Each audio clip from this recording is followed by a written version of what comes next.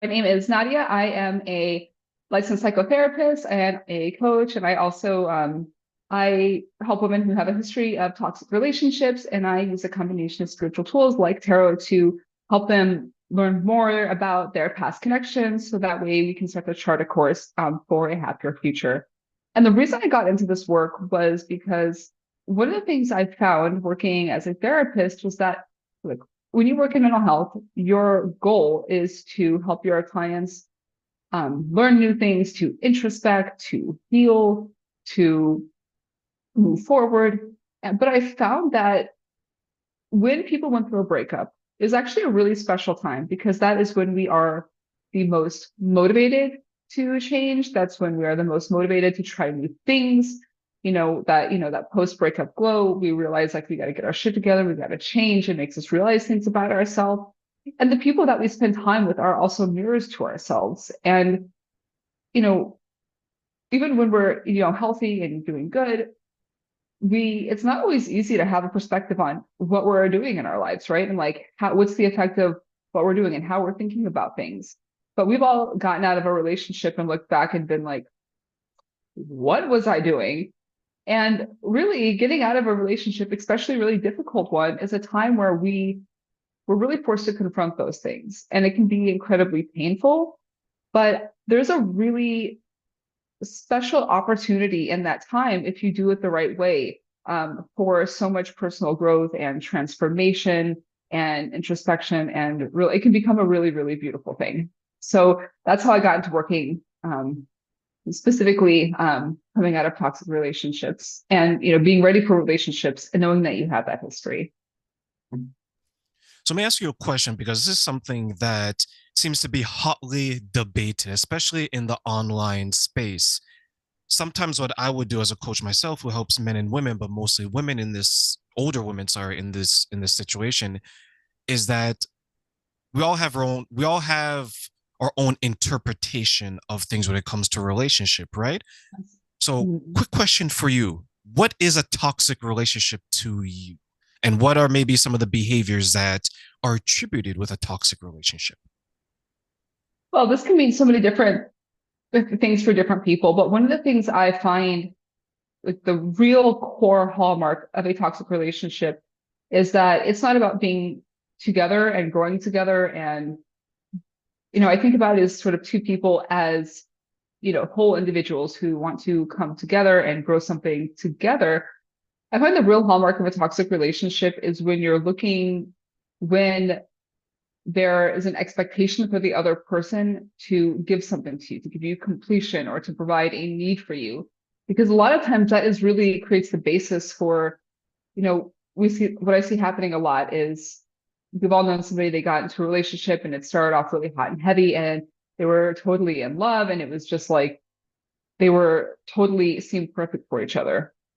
Well, actually, what I find is really happening is that they know how to do the same dance, right? They have the same belief patterns, the same roles, and the same expectations around relationships. And so there becomes this expectation that this person is going to fill a need for me. They're going to give me esteem. They're going to do something for me so I can feel better in myself. And then, but obviously, because we're actually two individuals who have different needs and viewpoints and perspectives and paths, even when we're coupled, nobody's going to be able to provide that for you all the time. And that's when you start to see tension start to rise, tempers flare, because like, hey, wait a sec, in the beginning, when things were more surface level, you knew how to really attend to my needs. And then now that we're getting deeper, you know, you're not giving me what I need. And so then that can start to create fights, and, that can start to create more flare ups and disagreements and disconnects because the basis of the relationship really wasn't there. I just felt like it was because, just because you know how to dance with somebody doesn't mean that you really, know them deeply. And I think that's one of the core things about a toxic relationship. And it's really hard because it's not, when we enter into a relationship, nobody gets into a relationship thinking like, oh, I'm just gonna, totally ruin this, or, I'm just gonna be my worst self and see what happens. Well, believe it or not, most people don't do that. I'm sure some people do, but contrary to what it might seem like, most people aren't actually doing that. But what happens is that we have these beliefs that we're bringing into it, and the way that changes our interpretation of things and the way that we operate. And so what we think is actually, maybe that was something that we were taught that worked for us for a while, or it was something that was given to us as a certain expectation, and we're trying to exercise that, and that doesn't work for our partner. And so there's no real communication. And then it's like we both end up living our own, what's the word I'm looking for? Like we both end up, sort of living out our own patterns and our own cycles through the relationship, but we're not actually in it together. And that's really what can turn what started off as a seemed like a happy relationship into something very toxic and difficult to get out of.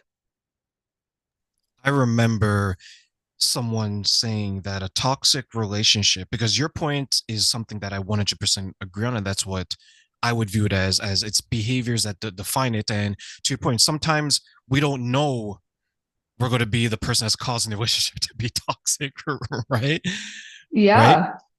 But I know there's Yeah. some people who would say that, or there's some people who would define it, or who would say that, well, a toxic relationship is this person is not giving me what I want, but I'm not going to communicate it at all.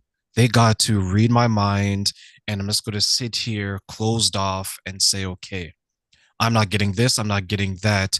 And I wonder sometimes, and when I touched on this earlier, I saw you nodding your head. Is it that we are struggling to interpret the situation for what it is, or do we already come in with our predetermined thoughts and say, okay, if Nadia does this, it automatically means this without the communication piece? But I mean, it's a mixture of both. So what I find is that a lot of people, especially women, the way that look, there's no like, this is how you should do a relationship or this is not. I mean, granted, there's some ways you really shouldn't be doing a relationship, but for the most part, whatever works for the couple is what you want in a relationship is going to be very different than maybe what I want in a relationship. And like, you know, it just depends on, it really matters what the people in the relationship want. But what happens is a lot of times we get very used to sort of learning how to be a mirror to somebody else or saying, oh, okay, well, give this person, I should be this way for this person. A lot of women will come in and say, like, oh, I should be like, I really need to be a good girlfriend. Like, I need to always be very loving and I need to always be very attentive. And I need to really, always make sure that I'm there and I don't cause any problems and I don't cause any drama.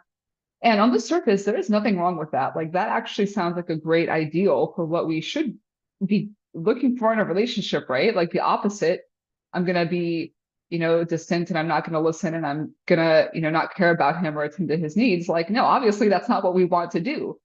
But what happens is that instead we think it can sometimes what we don't realize though is the underlying belief is that this is the way I'm supposed to act in a relationship. And so therefore, if I'm doing my part, then he should do his part, which is like giving me love and attention and affection.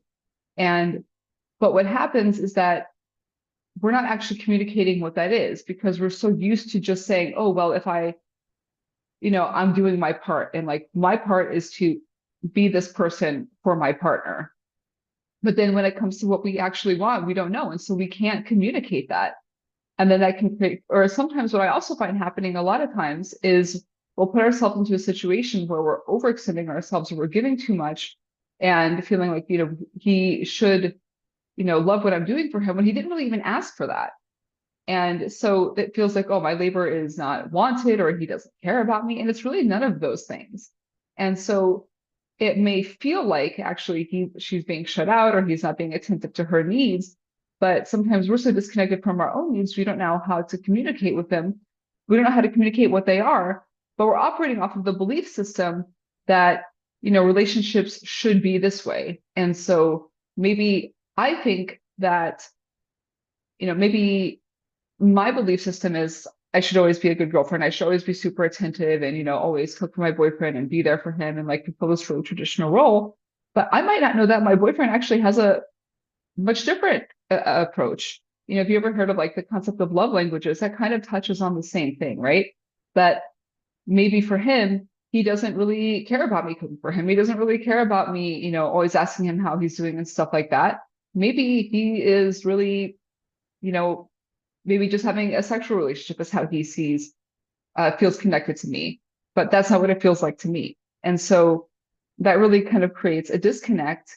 where we assume, and especially if you get into a relationship where it seems like we're both on the same page and everything feels very connected and we're all on the same page in the very beginning, that in time when it doesn't work that way, we haven't set the stage for communicating about it. And so then everything breaks down and then it feels like one person is shutting out the other when really we're just operating on two different paradigms. And it doesn't mean that one person is wrong or the other person is right. It's just, we're not meshing together. And that causes a lot of issues. Why do you think women struggle with that in their relationships? I was thinking about this a lot today. I think that women are, things are changing a lot in society. I think that women, there's a lot big, there's a lot of emphasis on being independent. There's a lot of emphasis on, taking care of yourself and, trying to be strong and independent and, having a great career and all of those things. But I also think that a lot of women, we still hold on to this idea that that's what we do in our life. But then when it comes to our relationships, our parents had a very different approach to way relationships were, you know, especially I think we were talking about this last time, like our parents' generation, we didn't talk about therapy, we didn't talk about mental health. And so we don't have, so what we want is that we want a partner who's going to communicate with us. We want a partner who's going to be an equal and going to be on the same page as us. But we haven't had that role model. So we have this model in the world of, how to be a successful woman who has all of these things, but we don't have any of this.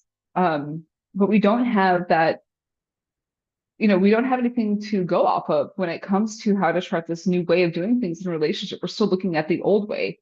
And so what I find ends up happening is that we are trying to apply an old paradigm to doing things in a new way. And then it's like, I kind of was thinking about it today, and I was like, it's almost like trying to decorate a house, but not knowing that you're colorblind and then not understanding why your designs don't make any sense.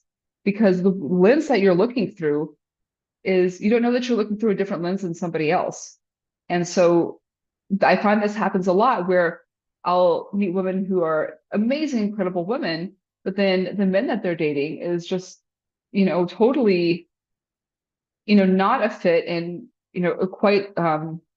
be quite a destructive relationship in some ways. Because I had this one client, I'll never forget her. And she was, smart, beautiful, strong, independent, but her family system was very chaotic. Her mom was very, dated like very brutal, harsh men who were verbally abusive. And her mom always just kind of was like, all right, well, like, let's just, try to be quiet and try to, make sure that everything is okay. Let's walk on eggshells. And so she was placed under a lot of pressure to be a high performer. But when it came to relationships, she was operating off this paradigm of like, oh, well, like it's my role to kind of keep the household quiet and to like, not ruffle any feathers, to, not make any, to not upset anybody. And so what ends up happening is when that's what you're putting up, then you end up attracting people who are comfortable with that kind of thing. And and I've also seen, it'll say like, oh, like my family and my friends introduced me to these really nice guys, and it just doesn't click with me. Well, it's because he's not operating off of the same paradigm. And so it becomes almost more comfortable to be with somebody who is actually very toxic because that's what they understand. And so I think that we're really at a point where we kind of know what we don't want, but we're not really sure how to go forward with what it is that we do. And I think that we as a society are really changing, that. And I think that, well, I have a lot of thoughts on this topic, but I would say that's basically just it is. We're operating off of an old paradigm and we're realizing that it's getting stale, but we're not really sure what to do next. I think that's where a lot of women are struggling right now. If I were to take that, because I agree that there's this model, or this paradigm, as you mentioned, that we're operating of, and it hasn't been updated to today's interactions, right? So for an example, you'll have, and we talked about this, right? Where our parents or grandparents, they did things a specific way, and for the most part, it worked, right? Yeah. Now, now we have quite the difference, right? Because now we have, for example, we have more women in the workplace. In our grandparents' time, there wasn't as many women in the workplace. We have more women who are college, university graduated. We have people having families later on in life. We have men who are not only in the factories, they're in the executives, they're working longer hours. So we have all these things that are competing for our time, our energy, and our effort when it comes to what we do during the day. And then when you try to throw a relationship onto that, you can't do it half-assed, meaning that, okay, I'm going to get with Jane and we're just going to exist. You go to work your job 8 to 10 hours. I'm going to work my job 8 to 10 hours. And we cross our fingers and we hope we can at least come together and have dinner at the end of it Mm. all, right? And then from the male perspective, because I love hearing the woman's perspective, and from the male's perspective, when I speak to some of my friends and acquaintances who are men, some of the struggles they have are exactly what you identified, right? Totally. And it's Yeah. and it's interesting that the women are over here talking about it, the men are over here talking about it, but they're not together talking about it. Why do you then think the struggle between, sorry, let me rephrase that. Why do you think men and women aren't having these types of conversations, even though together is the only way they can make these relationships work? I mean, I think that's just part of the old paradigm, you know. I think men are, men are struggling too, but they're struggling on the other side of the coin. There's a lot of, there's this push nowadays for like, this sort of like, oh, we, and obviously it's not all men, but like a lot of men feel um, like they, like if I can't be the masculine man, if I'm not the breadwinner, like if, my wife wants to be like too independent, I'm like, who am I? Because back in the day, that's what it was. And I think a lot of men are kind of struggling with like, well, with this new paradigm, like where do I fit in there? And just I think that women have I think women are navigating this differently than men. I think that women are having more conversations about it. But I think that, there is an epidemic of male loneliness. I think it is difficult for them to talk about it. And I think that both sides, going back to what is a toxic relationship, I think a lot of us don't have good role models of what is a healthy relationship. And so we assume that the other person is going to give us what we want. A man who has been raised in a traditionally, hyper masculine, traditional masculine household might expect like I should be a breadwinner, I should be there to show up for my woman, and I should, do all of these things. And maybe he's expecting a woman to give that to him to show him love. And then when he's meeting all of these women, they're not giving him that. It might feel like, hey, why are you shutting me out? And so it kind of feels like the other person is not giving them, what they deserve, or they're not seeing them, or they're not giving them the love. But that's not really what's happening. It's just what that means is different. But it feels, I think, for a lot of people, like, and you hear women saying this stuff too, like, oh, men are, totally gross and they don't care about women. And, that's true for some guys. But, I think for, like, gosh, just had an example in my mind. They'll have this idea that, men are, like, oh, he's just trying to keep me down. Like he just wants me to be like a trad wife or something like that. A lot of these guys don't actually even really want that. A lot of men, I think, would be very happy to have a woman who can be on the same page as him, who's going to pay the bills with him, who's going to be by his side. But like if he doesn't, that's what he's operating off of, then that's what he's bringing to the table. And at the same time, I've also had male friends who who really did actually want a woman who wanted a girlfriend or partner who wanted to be going to be an equal, but then they ended up attracting women who really wanted this super traditional gender role. And she was like, hey, I want you to pay for everything. I want you to fulfill this, really specific role in my life that just wasn't him. And so, from that perspective, it might feel like, oh, she doesn't really see me or she doesn't really care about me. And it's not that, it's a really, I think we're culturally at a pivotal moment and there's a lot of change. And I think that we're also being asked to ask a lot of questions within ourselves about like, what do we believe about relationships? And then also, what do we actually bring to the table? Because if we don't know that we're operating off of this belief system, we don't know that the way that we're acting, we think that we're doing something that's, good and normal and fine. We think that this is what we're bringing to the table. When somebody else doesn't take it that way, well, then, like if I'm saying, oh, I'm just trying to be, like the sweetest girlfriend that I can, and my relationships don't really work out, I'm going to assume that it's his fault. I'm not going to assume that I had anything to do with it. So it's really, yeah, it's tough. I've seen some people rebel against the old model in such a way that what they would do is that they would say, okay, the old model, for example, right, was more behavior based. This is what is that you do. This is what I can do. Maybe I can cook, I can provide, whatever the situation is, right?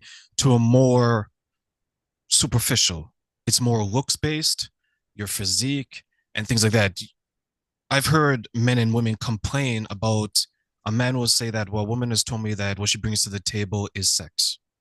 And then you have women say that what a man brings to the table is sex. So you have both of these things, which are one of the pillars of a healthy relationship, but is not the main thing that's going to drive a healthy relationship.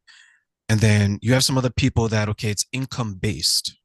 He has to be making X amount of money. She has to be able to do this.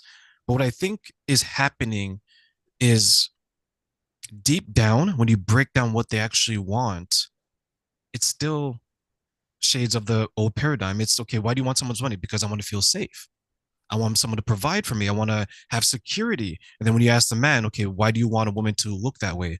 Well, you know what? I want her to be healthy because when I have children, I want her to, like, it's an old thing where the healthier the person looks and their body type, you can say that, okay, you know what? This person can have more than one child, right? So sometimes from the male perspective, I think men, and maybe women go through this as well, I think men get too hung up on things that's going to get them to the door of a relationship, the looks, the hips, the butts, the breasts, whatever, the long hair. They don't focus on what gets them through the door, meaning that, okay, is she compatible with what you want in life? Have you had those types of conversations? Does she want to have children? Is religion going to be a part of it? Is spirituality going to be a part of it?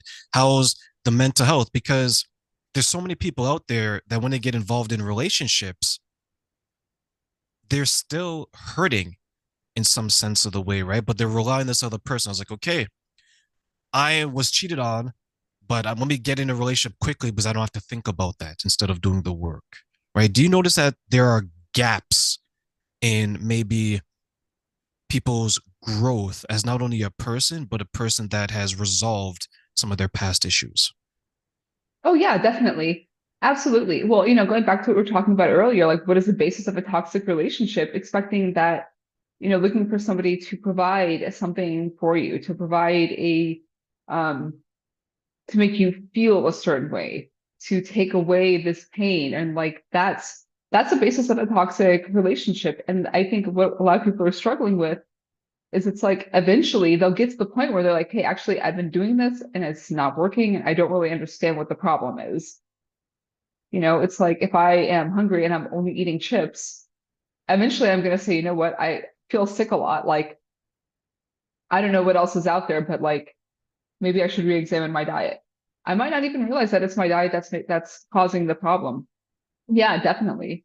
But I mean, like I said, the thing is we don't, because it's something that is so subconscious, we don't even realize that we're doing it. Like I did a group course one time, and one of the girls in the class was, so a lot of the work that I do is around understanding what are our relationship beliefs. What are the things that we were given to when we were a kid? What did we see? What were the examples that we had? And how does that manifest in our relationships, right? What is that pattern? What pattern does that turn into?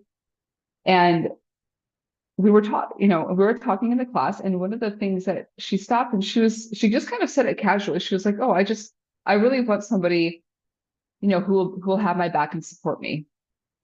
And that's something that most of us would think is like a totally just a given, but she stopped and it was such a visceral reaction that she had never even stopped to think about that.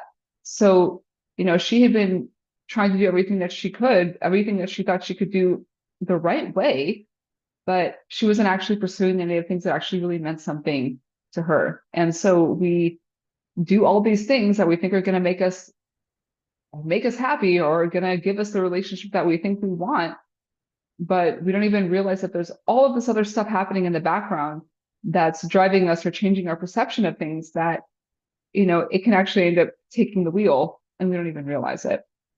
So for me, Actually, that's why I need to use spiritual tools like tarot with my clients because it I feel like it really gives us a way to kind of peel back the curtain and say like, all right, what's going on underneath the surface, right? Like what's really going on? What's because relationships and our psychology and mental health, all of those things exist in the ethereal, right? Those exist in that other space.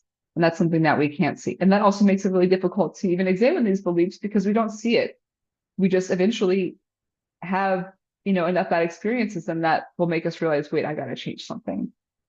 It shouldn't be that way. We shouldn't How do have you to go think, through that.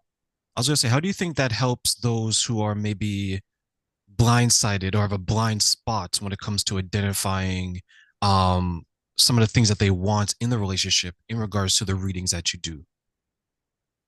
How does it help them to uncover their blind spots? So, well, a lot of times when I do readings with people, will understand really, they'll say, well, I was dating this guy and we had like this is something I see a lot. Let's say I was dating this guy, I had a really, really strong connection with him. I thought we were like totally meant to be together. And then once we pull the cards, we find that actually that was not really what their relationship was like. He was somebody who was not serious. He was only interested in having fun. And he thought that she was okay with that because she, just kind of tolerated it because she wanted to be with him. And when we have those conversations, if I could tell you, actually, this is exactly what was going on. Like, actually, this is the real truth. I think just having that confirmation is because we always, and it feels so real, right? Even in those relationships that we look back on and were really bad, it was really real in the moment. And that doesn't mean that you didn't have a connection with that person, but it's so contrary to what we experienced before things went bad. And so uncovering those blind spots to say, hey, actually, no, this relationship was not what I thought it was. Wait, why did I think that? Why did I do that? Why did I? Because everybody, look, this is the truth. Everybody can look back at a toxic relationship and say, oh, wait, actually, yeah, I remember when he or she did this. And like, that was like the first weird thing. When we look back, it's very, very rarely something that came totally out of the blue. There's always signs. We just don't recognize it as that. And so when we have this in front of us, we can say, okay, why didn't I see this? What did that mean to me in the moment? Have I done this before? What was I telling myself when I believed that lie? Why did I want to believe it? And then that's where the real work begins. I remember I told someone that in our relationships, whether it's friendships or even romantic, there's examples and then there's excuses. So, for example, I say that when something happens, right, it's an example of that person behavior, their characteristics, their personality. They're showing you who they really are as an example. Or what it could turn out to be is that you're making excuses for it, right? Saying that, Yeah. oh, you know what, this person, that's okay, blah, blah, blah, or that's okay. But eventually, one of the two has to run out, right? Hmm. Either your excuses for the behavior or the examples of this person who's showing you who they really are. And it's like, when are you going to wake up and understand what's going on? Why do you think, or sorry, let me ask it this way. What do you think is the source of someone's blind spots when it comes to their relationships? I think a lot of it comes down to the beliefs and the examples that we have had of what is considered what a relationship should be like. So going back to the client I was speaking about earlier, who was so she had a really good job, very beautiful, very smart, well traveled. I mean, she was really just like a really cool woman. But then the men that she was dating were like, some of them were like recently unhoused, like some of them had serious addiction issues, and they just really needed so much from her in a way that was like they weren't able to give anything back. But because she only saw examples of situations where her mother was with men who were very harsh and aggressive, who weren't able to take care of themselves in one way or another, she got the message that this is how it is and this is my role. And then that turns into the pattern of being in these kinds of relationships. And one of the things that I find is always interesting is that we think that And something I find that happens a lot of times, especially when you've gotten out of a toxic relationship, is you'll say, okay, I know. So when we started working together, the man that she had dated, she had just gotten out of a relationship, but the relationship before that, her partner was very wealthy, very well educated, very successful, but had really serious anger issues, was really aggressive, very volatile. She didn't feel safe with him.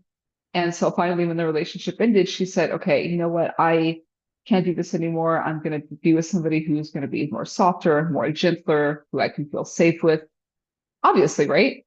So, but what ended up happening was then the man that she dated afterwards was somebody who, you know, didn't have a job, had no control over his finances, ended up she, had to do everything for him, making all of his appointments, just basically was completely and totally dependent on her. And we might look at this and say, oh, these are two totally different things. Like she did a total 180. But in reality, that's not what happened. She was still operating off of the same paradigm that it's my responsibility to be here and take care of my partner. And I should be, I should tolerate whatever. And I need to always, make sure that I'm the one taking care. And whatever it is that happens, it's on me and it's my responsibility to make sure that everybody is taken care of. It just ends up manifesting in different ways if we don't address what the underlying belief system, if we don't just address that from the beginning. We're going to keep seeing this over and over again. And I'm sure you've heard this. I'm doing the work that you do too. It's like, it just feels like this, it's like the same kind of partner is just like lurking in the shadows. It's like, I think I got rid of this, I thought I stopped dating this kind of person. And then I tried to avoid them completely. And the next thing I know, the next person I dated turns out to be exactly the same way. We've all, either had that happen to us or we've seen it happen. And that's really what it comes down to, because we don't even realize that we're operating off of this paradigm. It just feels so natural. It's like, we're not shocked when it rains. We know that it's going to rain. It's natural, right? But, if it started raining frogs or something, well, that's not natural. We would really notice that. But, that was a stupid example. But, it's whatever. If that's the only thing that we've seen, we just accept that it's normal. We don't question it.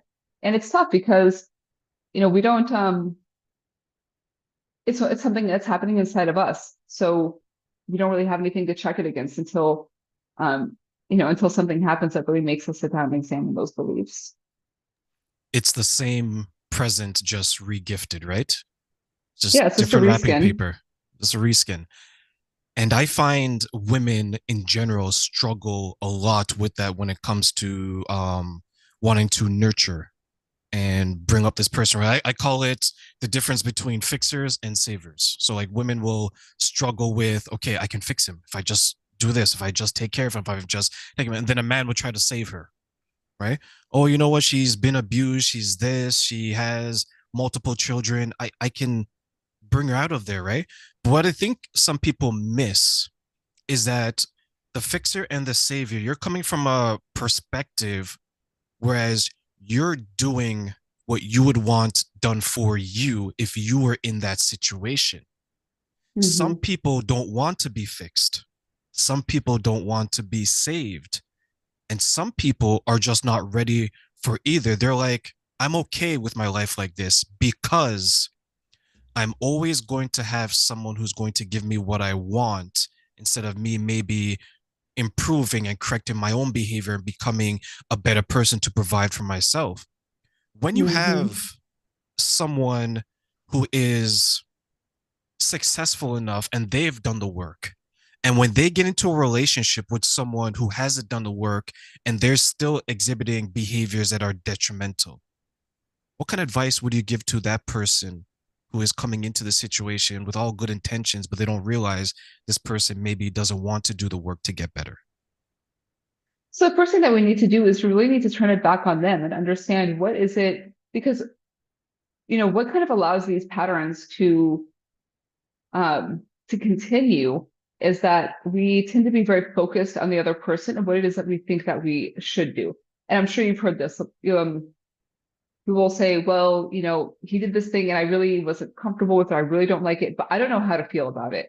What that tells me is it's that we're not really aware of what we're feeling. we feel something and maybe it's not comfortable, but we feel like we need to kind of adjust even our own feelings to be compatible with the situation so we can continue to work in the situation. But if we stop and say, and what's always interesting to me was when, because a lot of times, especially when somebody is in an abusive relationship, the abuser will often have to do something that is crosses the line to the point where the victim can't deny it anymore. And we would think that it would be something bad, right? It's going to be something that's really tough, but not always. You know, sometimes it could just be one thing that they say that's like a very trivial thing that is clearly not true, or something that kind of strikes in them that's like, hey, wait, like I can't deny this anymore. And so we really need to get in and say, hey, well, you know, you're obviously here for a reason. There's obviously something that's not sitting well with you. What is that? And then also we need to be okay with our feelings, because especially if we are used to always being the caretakers, if you're the caretaker and you're in a situation where if you depend on this person, you know, or you're, let's say if you know, if you were a kid and you had a parent that wasn't emotionally available, or if you're in a marriage or a cohabitation situation where you are, you know, you depend on your partner to kind of help keep the household afloat. If you're used to being the caretaker, if you stop caretaking, that can actually have really detrimental effects on you. And so we end up pushing our own feelings away. And the number one thing that we need to start is just saying, hey, how do I actually feel about this? And being okay with it. Because when we stop and say how I actually feel about it and what's really going inside of me and taking that in, that's how we start to challenge the belief system. And that's why I also really like using tools like tarot, because you know, when you see that card and when you hear that message and you say, wait a sec, like that strikes a chord. Sometimes, you know, have you ever had that moment where someone told you something or you saw something and it just really hit you in your soul? You can fight it, you can be angry about it, but it made you feel it. And that's the thing. We need to start coming back to what we're really feeling, because our feelings are the one thing that it's always going to be true to us. We can try to, you know, adjust them, but they're always there. Once you have a moment where it hits you right in the face, it's really hard to deny its impact. Like sometimes when someone gives you advice, it's like a breeze, right? You kind of feel it, but you're like, Mm-hmm. okay, you know what? That didn't really happen. So just carry on your way. But when someone or something right in your face, smack in your face, and you're like, it wakes you up, right? You can't deny the impact anymore because you're Mm-hmm. like, okay, anyone else see that? Anyone else feel that, right? So now you're in a situation where you have to confront it head on. And what advice would you give someone who reaches that moment? It could be a tarot reading, it could be a recommendation, it could be even like an interview that they saw where it hits them right in the face. And now they're like, okay, I need to start doing the work. What advice would you give them to get them started in an effort to do the work? So number one thing I would say is just to really, and I know we hear this all the time and everyone's always talking about it, but just sit with it.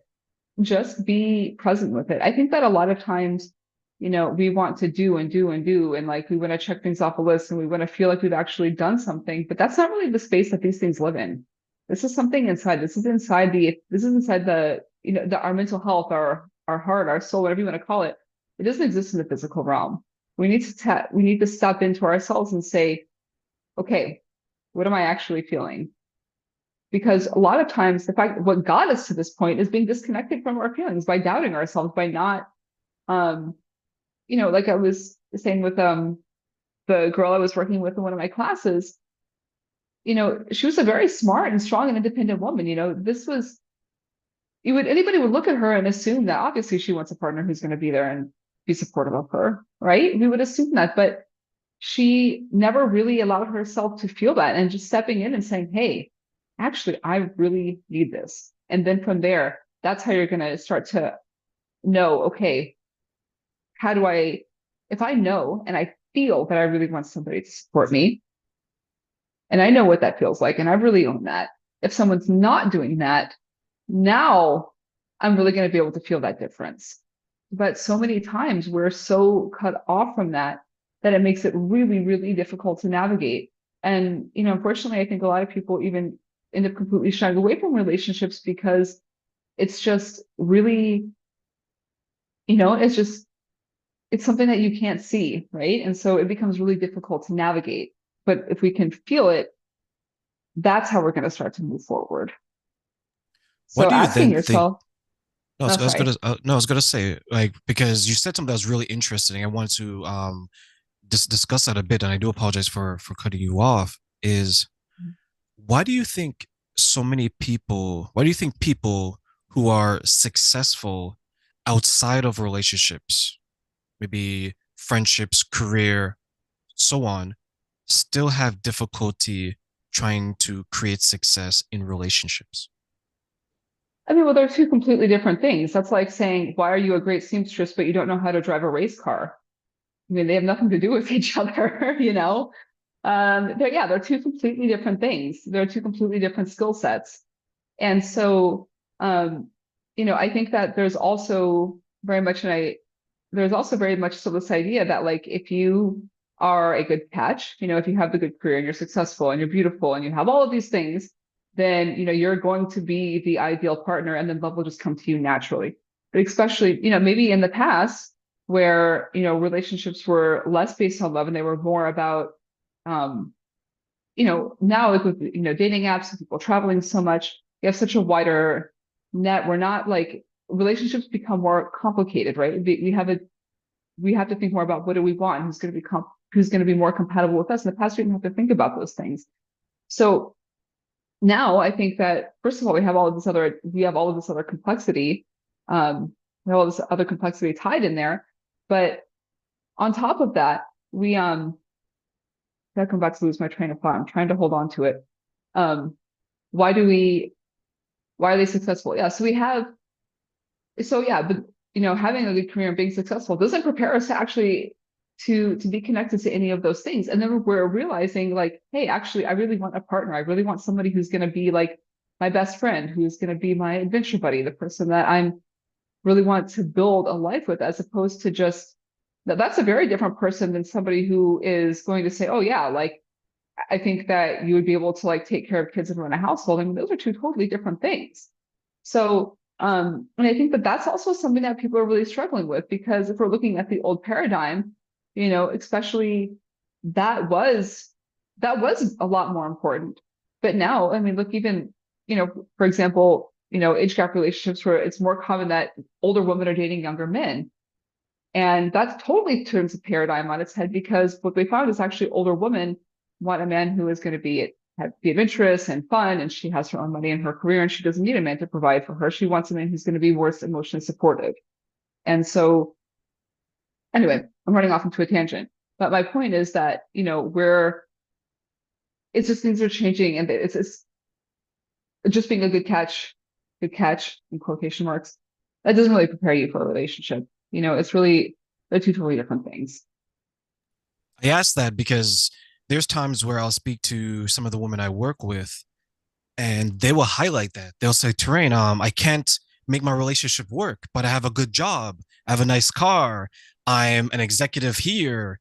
I go on trips 2 to 3 times a year. And to your point, right? And I tell them, I was like, okay, break it down for me. What skills do you use on a daily basis at your job? And they'll list them, right? And then I'll ask them, okay, out of all the skills you listed, which one of those can apply to your relationship? And they're like, time management. I was like, okay, that's one, right? But being aggressive, no.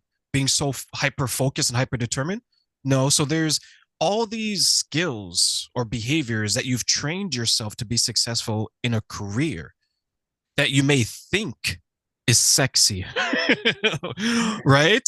In a relationship, but not necessarily so. And I've dated women who, because most of the women I've dated have been a number of years older than me, so they're established, right, in their career and so on and so forth.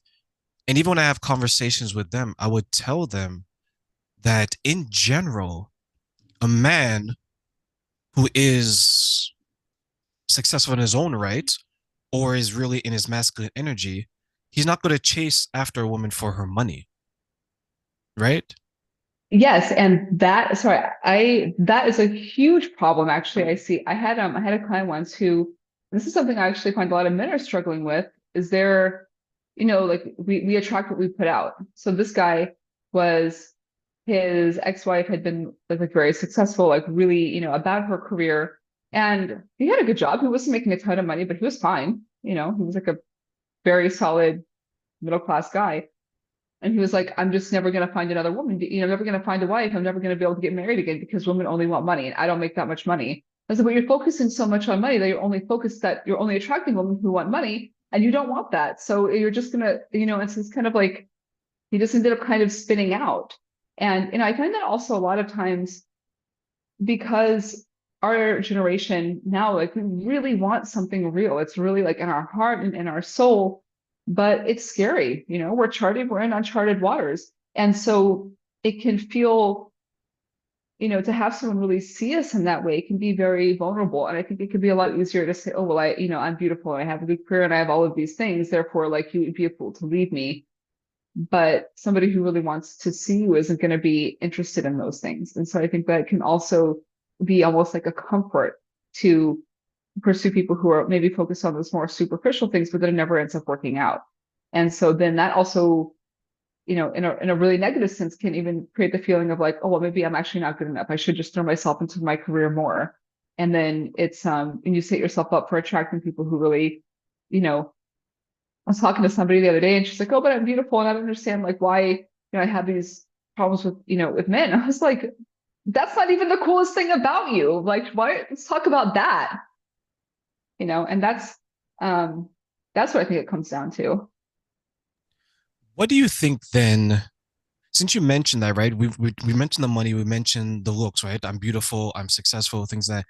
What do you think then the impact of social media showing images of men who have a lot of money, who get beautiful women, and women who are beautiful, attracting men with a lot of money, being posted almost everywhere we look? What kind of impact do you think that has on the average person who's looking to date and thinking, okay, I need to get money because when I go online, all these beautiful women around this man who has lots of money. Oh yeah, it's pretty awful to say the least. It's awful, especially for the younger generation to be surrounded with this kind of stuff. It's just, I mean, going back to, acting on the belief systems that we have, if your family structure was, if you weren't primed for that in your family structure growing up, that's really tough. But then to go out into the world and see this magnified to an even worse degree, to this totally unhealthy degree, I mean, it's horrible. Social media can be an extremely toxic place. And I think that also reinforces the feeling of, oh, well, if I'm beautiful, then, I get all the likes and I get all the people and see how, I have empirical data that I am in fact desirable, whereas we didn't have that before. And so I think it can really reinforce um, some of the worst things that we really in our soul are trying to get away from one way or another. There was a conversation I was watching. I think it was online. And it was interesting because this man, he was speaking about some of the things that you touched on, Nadia. And he was saying that, you know what, I don't want to date a woman over 35 because all she's gonna want is my money and I don't want her to take half of my assets and everything. And then the guy asked him, was like, oh, okay, you know what? Yeah, like you want to make sure that you protect yourself, right? So he asked him, was like, how much do you earn? He's like 40,000. Dude, I saw this Instagram reel and it was this girl and she was just like, yeah, I'm a gold digger. And she was like, listen, man, I'm gonna be honest with you. Like, you are not our target. Like, do not worry about it. Yeah, But it it's goes to show you that like that's how deeply ingrained it is. yeah, I look at it and it's interesting because we say that like, the younger generation, yeah, they have their struggles because they're growing up in it. But I'm surprised how many people 40 plus are being influenced by, right? Like you have literally people who don't have like $10 to their name talking about this woman's going to steal their money and their assets and they don't have anything to steal, right? Or on the other side, you may have some woman complaining that um they're being used for their looks and stuff like that. And you're looking at them and you're like, okay, there's like, are you seeing what we're seeing? Right? Is it like, Shawa Hal, where, you know what, she's really big, but you see her as skinny? Like, is it that there's some type of disconnect between the reality and the fantasy. And I think many people suffer from that, which is why you have people saying that I don't need to bring anything to the table because I am the table, right? Getting me as I am is good enough. Whether I can be homeless, I can be abusive, I can be emotionally Mhm. unavailable. Why do you think so many people then have like a disconnect between what their actual self identity is versus what they portray, maybe, let's say, online or to other people? Well, I think that we all have things that we would want to do, right? Like, so going back to the example earlier of like, I'm a good girlfriend, like I'm really, I'm always loving and I'm all of these things. But what actually I end up finding happens, this is very common, I find actually when a lot of women, and they actually end up being incredibly toxic partners without realizing it because they say, well, I'm doing this thing that's good.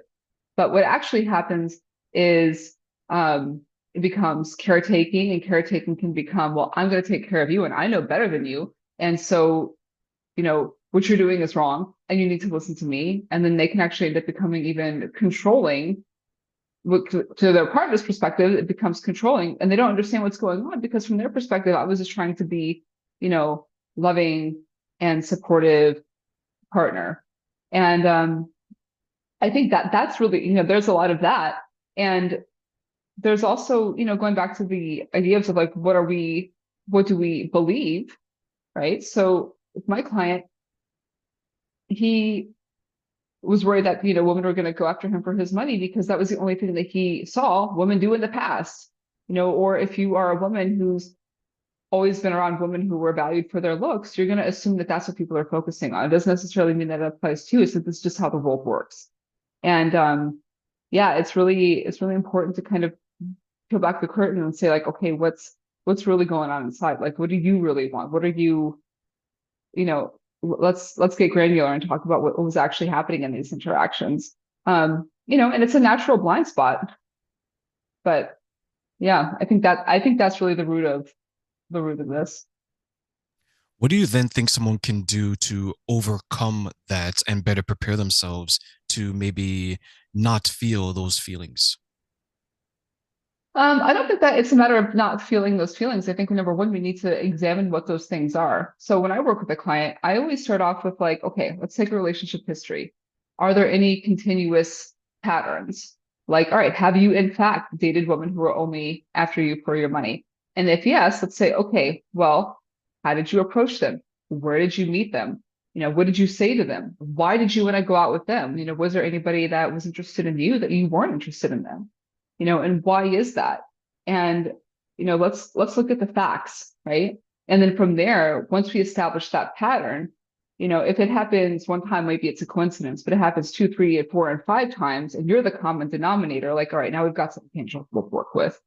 And then I think that's how we are able to start saying, okay, what did you believe in that moment, right? Who did you feel like? Because also a lot of times I think we feel like we need to like be something for somebody instead of just being ourselves and asking like, okay, who did you like? Do you feel like you need to be the caretaker to your partners? Do you feel like do you believe that you're only going to be a valuable partner, if you look like you're 25 forever, right? And we whether or not we realize it, we do act on those things. And then once we know what we're acting off of, then we can see what that actually looks like and how that manifests in our life.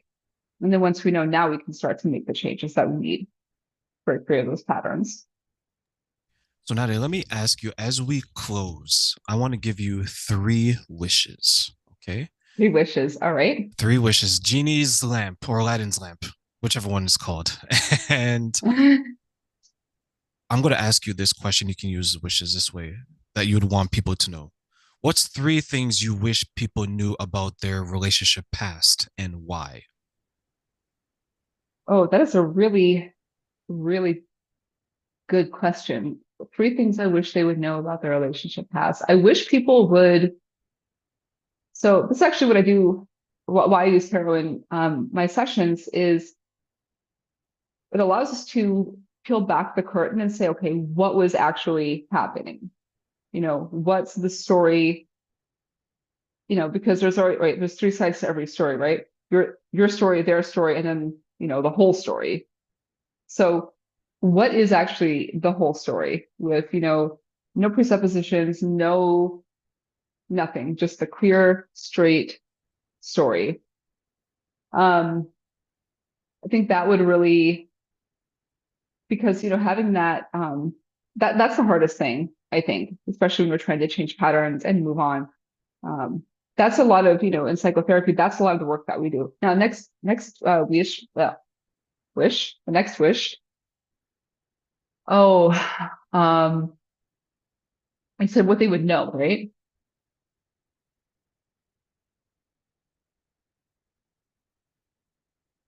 Um, Man, I'm gonna have to come back on your show to answer these questions. I don't know. It's just so difficult. What else they would know? Because I don't even know if I can answer that because it depends. Every person is different. What they need to know. I suppose knowing, you know, what role did they play in their relationship from a totally clear perspective, from a place of love, not like in a blame way, just understanding more about themselves. I think that would be, I know for myself, some of my most profound moments was looking back and being like, oh, actually, like I thought I was doing one thing, but I didn't, I live behind my own eyes, right? I can't see what the whole story is. So that would be, that was a really profound moment for me in my own introspection. And I would want my clients to have that for themselves too, and for everybody. And then the next one, what they would know about their relationship past